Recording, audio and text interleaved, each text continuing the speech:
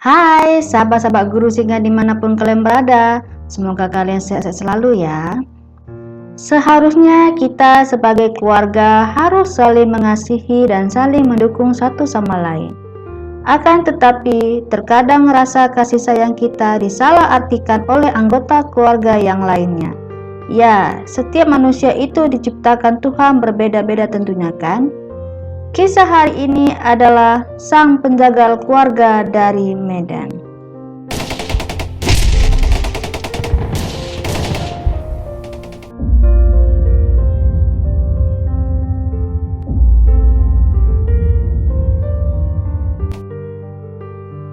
Sebagai anak bungsu dari pasangan MH Arsyad Batubara dan Delfriana Siregar, Ical mengaku mendapat perhatian khusus dari keluarganya.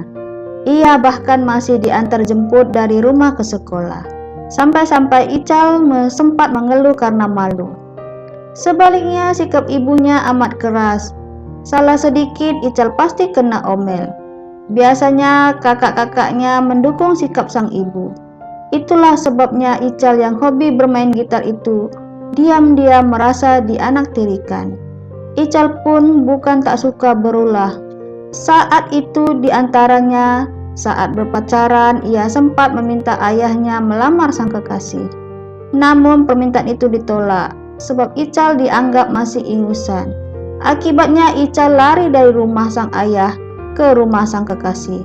Ternyata kakak-kakaknya justru menjemputnya dan memaki-makinya.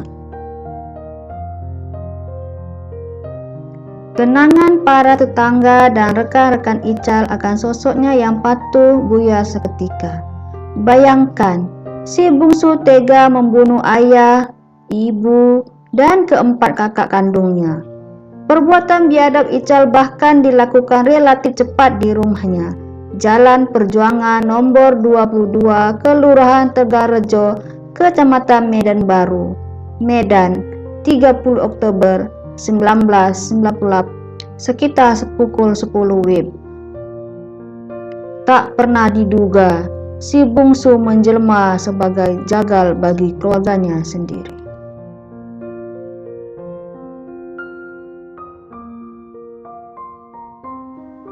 Korban pertama si bungsu adalah Pitrisna Batubara, kakak tertua Ical. Kala itu kakak perempuan Ical yang berusia 28 tahun tersebut tengah asyik menyetrika sembari menonton televisi di ruang tengah. Tiba-tiba Ical mengayunkan alu kayu secara bertubi-tubi ke kepala Pitrisna. Pitrisna sontak terkapar dan tewas seketika.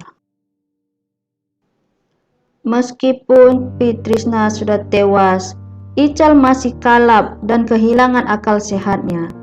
Dia kemudian memburu kakak laki-lakinya, Gan Khalid, yang baru pulang kuliah. Sang kakak lelaki pun tersungkur oleh hantaman alu kayu yang bertubi-tubi. Ketika membersihkan ceceran darah, Ical melihat kakaknya itu berusaha bangkit. Ical pun menghantam sekali lagi kakaknya hingga tak bergerak. Dua korban sudah bergeletakan. Ical melangkah ke ruang tamu. Kebetulan sang ibu keluar dari dapur lantaran mendengar kegaduhan tersebut, dan ibunya pun dihajar hingga tewas. Belum puas juga, ia mencari sang ayah dan ditemukan di pintu samping rumah. Sang ayah yang mantan direktur Akademi Perawat Sumut itu pun dibantai Ical tanpa mengedipkan mata. Sadis memang sadis, bahkan Ical membantai mereka dalam tempo cuma 15 menit sahaja. Kekalapan Ical belum berakhir. 3 jam kemudian, ketika kakak perempuannya Piniquita baru tiba di rumah, Ical langsung menyambutnya dengan ayunan alu kayu. Nyawa Pini pun melayang. Tak lama berselang, seorang kakaknya lagi bernama Pidi Tinti datang. Sekali lagi ayunan kuat alu kayu Ical mengakhiri hidup seorang kakaknya itu. Sungguh malang nasib keluarga ini. Setelah membantai keluarganya, Ical berencana mengubur keenam mayat mereka di kamar tamu atau di ruang tamu. Namun, baru menggali sedalam kira-kira 50 cm, Ical kehabisan tenaga. Dia lantas mengundang teman sekolahnya bernama Burhan dan Acir dengan dalih ada pesta di rumahnya. Burhan dan Acir memang bertandang ke rumah maut itu, tapi mereka hanya berdiri di teras rumah ketika melihat mayat-mayat bergeletakan di rumah Ical. Kemudian temannya itu menyuruh Ical ganti baju dulu karena penuh dengan darah. Kesempatan itu mereka pakai untuk buru-buru kabur saat Ical masuk ke dalam rumah. Kedua temannya itu kemudian melaporkan kejadian tersebut ke kantor polisi. Karena bingung apa yang harus dilakukan, Ical kemudian memutuskan untuk pergi dari rumah dengan mengendarai mobil yang sempat dicuci ayahnya. Dia sengaja mengajak pacarnya Yuki untuk menemaninya berkeliling kota. Pada saat itu Ical telah mengakui bahwa ia telah membunuh keluarganya. Namun sang pacar Yuki mengira Ical sedang bercanda. Lalu Yuki mengajak Ical ke rumah sakit Pringadi untuk menjenguk sang kakek Yuki. Ical dan Yuki pun sempat bermalam di rumah sakit tersebut. Sementara itu, polisi yang baru mendapat laporan tentang pembantaian tersebut segera memburu Ical. Dalam tempo singkat, Ical pun tertangkap di RS Pringadi Medan.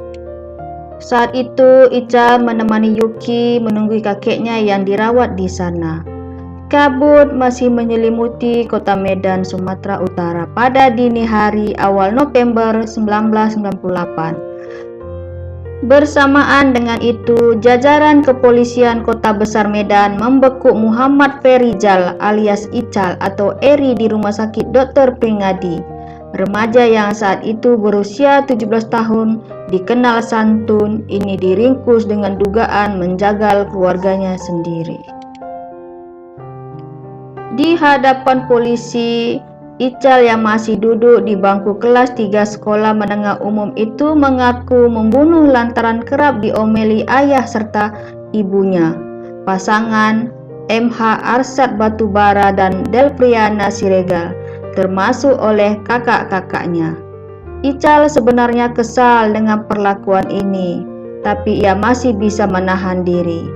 Akan tetapi angkara murka Ical tak terbendung lagi tak kala sang ibu membangunkannya secara paksa untuk menyapu halaman. Dengan dendam membara, ia mengambil sebuah alu kayu untuk membantai keluarganya. Tertangkapnya Ical jelas membuat banyak pihak terkejut. Pasalnya, para tetangga mengenal keluarga Ical sebagai keluarga yang harmonis, terpandang, dan berpendidikan. Ical pun di lingkungan sekolahnya, SMU Yayasan Pendidikan Joshua, juga dikenal sebagai remaja yang pendiam dan tak banyak tingkah. Kenekatan Ical membantai keluarganya ini sempat menimbulkan tanda tanya bagi polisi. Apalagi selama proses pemeriksaan maupun reka ulang, Ical tampak tenang tanpa beban. Polisi sempat mengira Ical terpengaruh obat-obat atau alkohol. Namun setelah dilakukan pemeriksaan, ternyata hasilnya negatif. Bahkan ketika dilakukan pemeriksaan oleh psikiater, kejiwaan Ical dinyatakan dalam keadaan normal. Menurut Dr. Raharjo Suprapto, ahli jiwa yang menangani kasus ini, perbuatan Ical itu didorong dendam dan emosi. Ia juga menilai tindakan Ical adalah spontanisme, pemberontakan Ical terhadap sikap keluarganya selama ini. Nasi memang sudah menjadi bubur. Akibat pembantaian itu, Ical memang harus kehilangan orang tua dan 4 saudaranya. Kendati begitu, ia masih mempunyai seorang kakak lagi, yaitu Pita. Kakaknya ini selamat dari pembantaian karena sedang pergi ke Padang Sidempuan, Tapanuli Selatan. Pita sempat mengaku keluarganya sebenarnya sangat sayang dengan Ical. Adapun tindakan memarahi dan sering menyuruh mengerjakan sesuatu pada Ical, menurut Pita sebenarnya adalah dalam rangka mendidiknya. Akan tetapi Ical mungkin salah mengartikan sehingga terjadilah tragedi di keluarga Arsad Batubara. Sekedar diketahui, seperti dikutip mingguan berita Forum Keadilan, Majelis Hakim Pengadilan Negeri Medan telah menjatuhkan vonis hukuman 7 tahun 6 bulan penjara bagi Ical pada Januari 1999. Saat itu, Ketua Majelis Hakim Sofian Royan beralasan bahwa Ical masih anak-anak dan kesempatan memperbaiki diri masih besar. Lagipun, lanjut Sofian, keputusan itu sesuai dengan ketentuan pidana menurut Undang-Undang Nomor 3 Tahun 1997 pada pasal 26 ayat 2 tentang pengadilan anak, yakni anak nakal yang diancam dengan pidana mati atau pidana penjara seumur hidup mendapatkan pidana penjara maksimum 10 tahun. Kini Ical masih menjalani hukuman di Lembaga Pemasyarakatan Tanjung Gusta kelas 1 Medan pada 17 Agustus 2002. Penjagal keluarga sendiri itu mendapat remisi khusus atau pengurangan hukuman sebanyak 4 bulan. Menurut kalian bagaimana tentang kisah ini? Sila komen di bawah ya.